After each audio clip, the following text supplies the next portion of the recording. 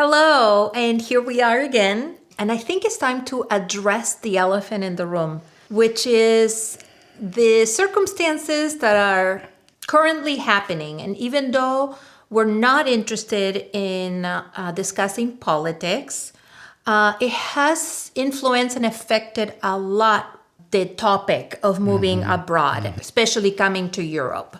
I wanted to share a little bit of we're keeping up with the local news here in France and in Europe in general, as well as the news in United States. And just in case you guys are not keeping up with what's going on in Europe or is not being presented, I wanted to share a little bit about what's going on here. So recently I caught up on some French news and I learned that the population has agreed to boycott purchasing any American products. In fact, there was an app created for scanning products in different stores because many times they are dressed up as if they were French products, but in reality are manufactured in the United States.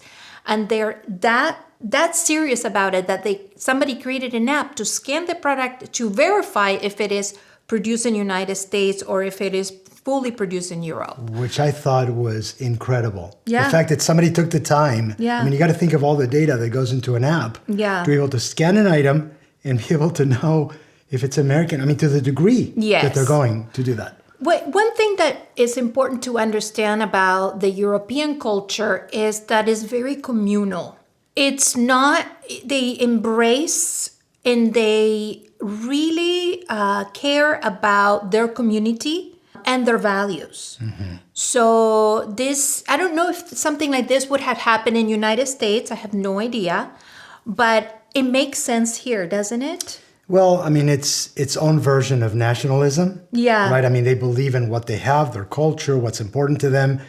From the point of view of we're not going to let the U.S. get away with their ways and what they're trying to do. I agree with it too. I think that France needs to stand up for itself. All countries need to stand up for themselves. Yeah. And I think, where this conversation is sort of headed is, is this all bad? Is there any good in this? Right. And I think we're concluding that ultimately, if it means France and the European Union and all these countries get their act together and they do something positive. And depend less on United States. And depend less on this situation that's been going on for years, I think that could be a good thing. Ultimately, that could be a very good thing. Yeah. So I guess this conversation is to address the biggest concern that we have, been asked. Is it dangerous as an American to visit Europe? Is it dangerous to live in Europe if you're already living there? So I want to say that even though the French are very upset, Europeans are very upset about what's going on, they also understand that is the government policy and it has nothing to do with civilians. With the people. That's huge. That's huge. And this is not the first time you hear that. I've heard that many times where we've traveled, you talk to locals, to people, and you go, what's your views on Americans? And they'll say more often than not, I mean, almost all the time, we like the people. We like the American people. We don't like what the government is doing. Yeah. And so, we can talk a little bit about the protests. There are people getting out to protest in Paris, in many cities throughout Europe, actually. And these are expats living in France, for example, or in other countries. Have been supported, so these expats are going to Paris to protest and have been supported by the French. Yes. So you can conclude that if Americans are participating in protesting, that it is safe. It is safe for Americans. They're not being viewed as sort of the problem. Right. It's more that just things on an administrative level have gotten really ugly. And people are angry, countries are angry. So, but in conclusion, it's not dangerous. Now, I think with what's going on in United States is the exchange of people, especially Europeans going to United States has diminished by a drastic number. recently our youngest son, both of our sons, are traveling in United States for work reasons, and our youngest son said the plane is empty. So the exchange, the vacationing, but we also read people are less interested in working in the U.S., going to school in the U.S. They're afraid. They're afraid that they could be deported. Well, it's because it has been happening. It's a serious issue. But when people come here, obviously you have to be conscious not to be rude American and adapt to the culture. Yes. Those who are interested in moving to France, if you have that mentality, it's because you really embrace and love the culture. Right. And you want to belong, and you're going to do the right things, such as learn the language, appreciate the culture, and integrate yourself. So it's not like, if you come with a pro-US attitude and you love what the US is doing, then obviously, you're going to get some pushback. But then again, why would you be coming to move here? Correct. So obviously this is a lot. There's a lot to take in, a lot to consider if you are considering moving abroad. We can be of support to you. We've been working with a number of people now, consulting, the two of us, talking about what are your questions, what areas do you need emotional or foundational support in, questions that you might have when it comes to visa processing or taking a pet with you, any of a number of things that we've had experience with that would be very happy to support you with.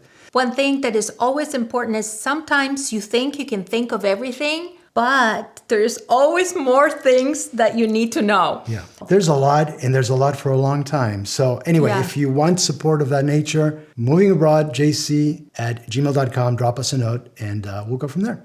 It's a very delicate topic at the moment. Yeah. We really highly recommend that you take your time, because we don't know at the moment what could happen with visa processing, all the paperwork that needs to be done to move to another country. Well, we've been doing some digging in, and we are learning, and we have been experiencing the same. There is a long delay now on processing because they are overwhelmed with the amount of visa requests. So people have to be patient. And there's been underground changes and more strict rules being applied for the visa application. Right. There's no direct knowledge that there's any anti-American feeling. Yes. That's not something that's out in the open. And so, but nonetheless, take your time. Things procedurally can take a long time, and especially when things are funky like these times. And also, just stay tuned. Be informed as to what's going on in whatever country you're sort of aiming for. Know what's going on in the news. Know how Americans are being treated, or what the general feeling is for foreigners, so that you prepare as much as possible in that regard. And also, if you're trying to move to any particular country in Europe, you could check their, each country's website, governmental website, to stay informed. You have to dig in, but it's important that because with all these impositions on Europe with the tariffs, there is, responses coming now from Europe. Yeah. So that's important to know. Now, another sharing is, I just read today, I think, French news. Now, France is trying to provide some new possibilities, new visas, more opportunities for scientists. Scientists, yeah. They are trying to accommodate those people for continuing their work, since all the budgets have been removed in the United States, which is sad to hear. It's extremely sad, and it's also a sign that countries like France are thinking alternatively. Yes. The Trump administration is forcing countries to think in new ways. And that's where there could be a silver lining. That's where there could be a possibility finally for Europe to get stronger. I think that over time, Europe has lost its strength. It's been dependent on the U.S. Yes, for